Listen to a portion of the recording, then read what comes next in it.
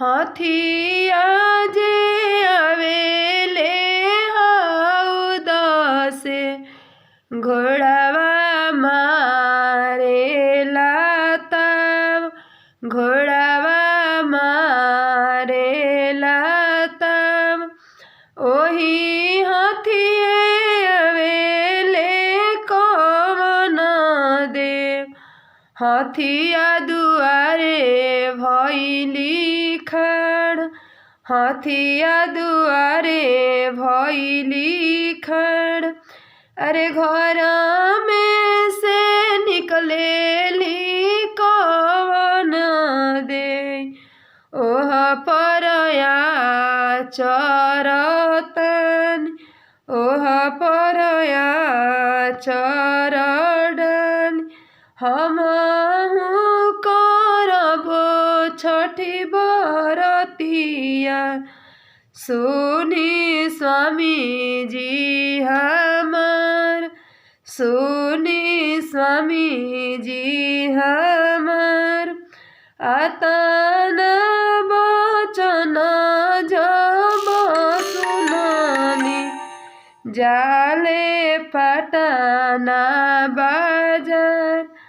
गईले पटना बाजार अरे पटना बजरी जब गईले कईले दौरा के मूल कईले नरियलवा के मूल अरे पटना बजरिया जब गईले कईले उखिया के मूल कईले शरीफावा के मूल अरे कर धनी छठी के बरतिया हमार घदिया हमार घदिया हथिया जे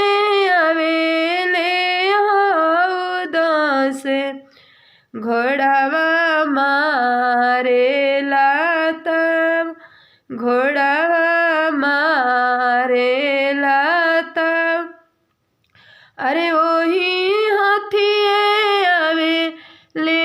आनी सबब हथिया दुआरे भइली खड़ हथिया दुआरे भइली खड़ अरे घर में से निकलेली आनी सके मम्मी ओह पर चदर डाली ओह पर चदर डाल हमहु करबी छठी बरतिया सुन बबुआ हमार सुन बबुआ हमार